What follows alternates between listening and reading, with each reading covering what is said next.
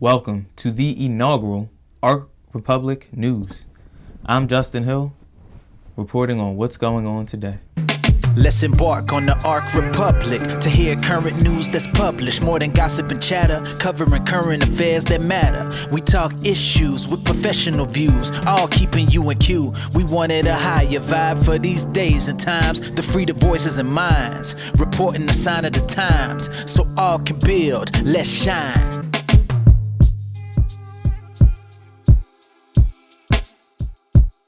In response to mass shootings around the country, the Biden administration has responded by producing regulations for the Second Amendment, primary of which is in regard to ghost guns, a type of gun that's made on a black market in which there's no barcode and therefore create loopholes for people around background checks.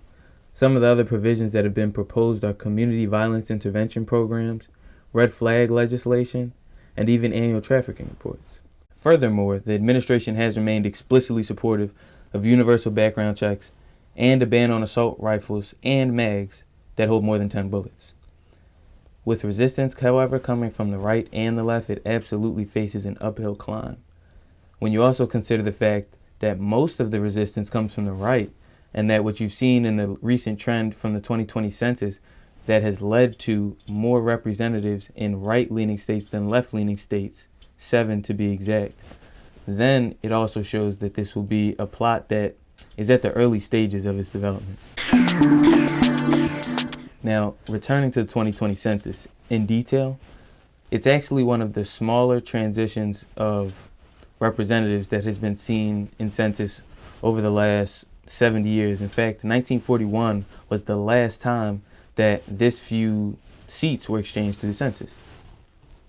7 states lost seats: California, Illinois, Michigan, New York, Pennsylvania, and West Virginia. Now, as the context and funds for the American Rescue Plan are dispersed, the administration is already lining up an infrastructure plan called the American Jobs Plan. Negotiations began in the third week of April when a group of bipartisan lawmakers headed to the White House to begin creating budget proposals that have since come out. The initial budget proposal, which was around $2 trillion, was consistent with the discretionary spending proposal that President Biden created for 2021 United States budget. Now, within these proposals, there's as much of an emphasis on human infrastructure as there is on physical infrastructure. And in lieu of the things that have taken place around COVID in the United States, to have been able to sustain and to be able to continue to grow requires for us to be able to avoid these sort of catastrophes in the future. Some specific numbers of the American Jobs Plan included $100 billion for extended broadband access, $400 billion for increase to elderly caretaker wages, $45 billion to replace lead pipes, and $1.5 trillion reserved for education, health, and the environment. Amongst these priorities are affordable housing and climate change. This is consistent and has been backed by the administration's recent public announcement that within the next 10 years, emissions will be cut by up to 52%. Surprisingly, it's been publicly backed by the United States' largest coal miners union, likely due to the parts of the infrastructure in the policy that are specifically made to rebuild and fortify bridges and crucial trade ports to the industry. Now, to transition into what's going on around COVID, the conversation in the United States is beginning to shift toward variants and vaccinations, specifically what's been called herd immunity. But the thing that's putting this at risk is the mutation of the virus, the technical term being antigenic escape. An example of why this is so significant is that when you look at Tokyo, a variant called the EEK variant was found in 70% of a particular Tokyo hospital. Some of these variants, specifically in this case the EEK variant, have an improved ability to evade immune responses. This variant was found last month in 70% of patients tested at a Tokyo hospital, as reported by the NHK, a Japanese public broadcasting network.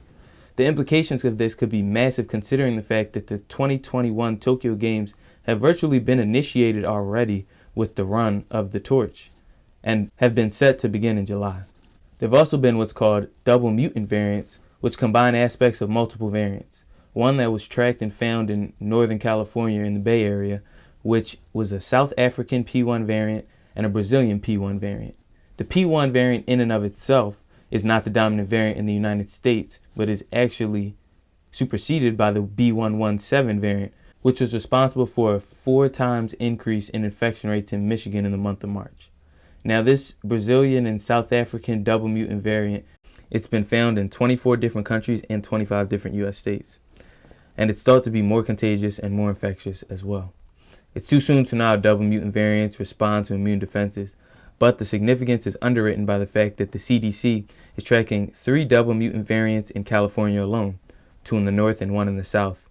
The one in the south being a version of the B117 variant. Now, this B117 variant is the dominant variant in the United States and has actually been seen in 50% of cases tracked by the CDC. With that being said, vaccines have still been shown to stop its spread. Legislation has recently been passed in Canada, Germany, and the UK that has increased liberties for local law enforcement to implement lockdown procedures. Now, these increased liberties also become a factor in regard to public demonstration. Now, transitioning into local law enforcement, a federal investigation was opened into the policing procedures of the Minnesota PD. This then became a precedent that was immediately followed by an investigation into the Louisville PD, which is where Breonna Taylor was killed. And more recently, an FBI investigation into the murder of Andrew Brown Jr. in Elizabeth City, North Carolina. Although President Biden has walked a tightrope between police unions, which he is a staunch supporter of, and regulation around what has been a series of horrific public killings, there is visible progress. First is the George Floyd Policing and Reform Act. Then there is also the fact that the largest police union in the United States, the Fraternal Order of Police, came out in public support of the verdict. Yeah. On April 11th, an almost decade-long conflict that's taken place in the northern Black Sea region, known as the Ukraine crisis, re-escalated and necessitated a call for Turkish support. Now, this has been the first instance to reignite this conflict in almost a year due to a ceasefire that was agreed upon in July of 2020. This flare-up led to 4 Ukrainian deaths and 2 injuries. However, the oppositional Ukrainian separatist faction has denied any responsibility.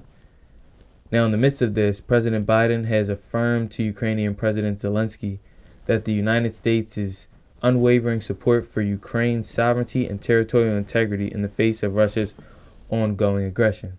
Now, this is a divergent policy from the previous administration, who vacated the protection treaty in the eastern front of Ukraine. This left them vulnerable to Russian ambitions and eventually led to the annexation of Crimea as a province from Ukraine to becoming a Russian territory.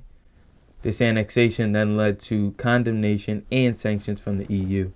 The region includes Crimea, Belarus, eastern Ukraine, West Russia, the Barents Strait, and the Black Sea. Hostile remarks have recently been exchanged between the leaders, with the looming presence of Russian troops recently coming to the shared border.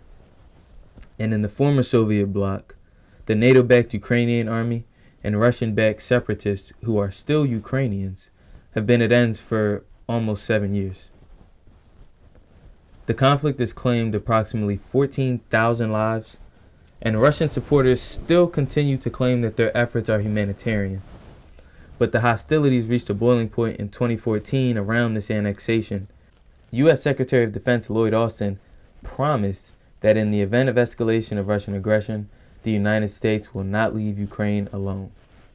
The Kremlin, which is basically Russia's Pentagon, reacted on Friday, April 9th, stating that the deployment of any U.S. or NATO troops would force Russia to take unspecified measures to ensure their security. More recently, there have been 2 developments that have come in the conversation around Russia, as well as their actions in Ukraine and in regard to the United States. Political prisoner Alexei Navalny, who is an opposition leader in Russia and has the full support of the EU and the United States, was on hunger strike for over 20 days. There's also been the dissatisfaction with the Turkish government of the United States' official consideration of the 1915 Armenian genocide. This has created a situation that will absolutely affect the security of Ukraine, seeing as Russia and the United States are both crucial security allies in the developments in the region. That's all for this episode of Ark Republic News. I'm Justin Hill, and we'll see you next time.